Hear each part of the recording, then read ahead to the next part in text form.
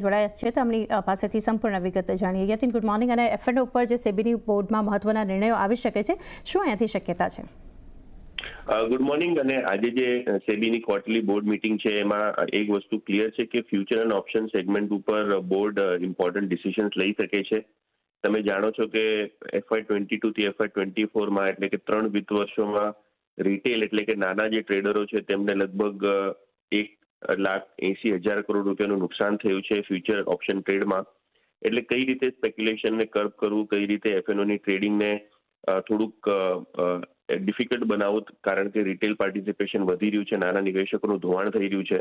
એટલે 3-4 ચીજો છે. સૌથી પહેલા એક એક્સચેન્જ, એક એક્સપાયરી નું નિયમ કદાચ સેબી લાવી શકે. તેના કારણે કદાચ NSE પર તમે બેંક નિફ્ટી નું જે એક્સપાયરી પ્રોસેસ છે તે સ્ટોપ થતા જોઈ શકો છો.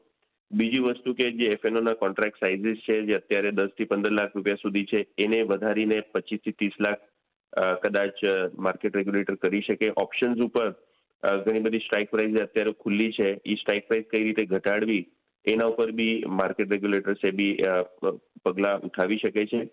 નેટ બેસિસ ઉપર એફએનઓમાં કઈ રીતે ઓછું રિટેલ પાર્ટિસિપેન્ટ થાય, કઈ રીતની રિસ્ટ્રિક્શન્સ લાવી, એ ઉપર આજે બોર્ડ મહત્વની બેઠક કરી રહી છે. યતિન, આ એક ઘણું મહત્વનું છે. આની સાથે અન્ય કોઈ એવા મુદ્દાઓ છે કે જેના પર ચર્ચા થઈ શકે છે કે કોઈ નિર્ણય આવી શકે છે આ બેઠકમાં? તો સેબીના બોર્ડ મિટિંગમાં ઘણા બધા એજન્ડા છે. સૂત્રો મુજબ અને જે ન્યૂઝ રિપોર્ટ છે એ મુજબ આપણને જાણવા મળી રહ્યું છે કે જે રિસર્ચ એનાલિસ્ટ અને જે ઇન્વેસ્ટમેન્ટ એડવાઇઝર્સના નિયમ છે તેમાં થોડું ઘણું ફેરબદલ થઈ શકે, કમ્પ્લાયન્સ ઓછું કરી શકાય. તેની સિવાય જે સેબીના એજન્ડા ઉપર ઘણી બધી ચીજો છે જેમાં તમે જોઈ શકશો કે કદાચ જે હિન્ડનબર્ગ કેસ છે, જે એલિગેશન છે સેબી ચેરપર્સન ઉપર, એને કોગ્નિઝન્સમાં લઈ શકાય, એના ઉપર કંઈ સ્ટેટમેન્ટ આવી શકે.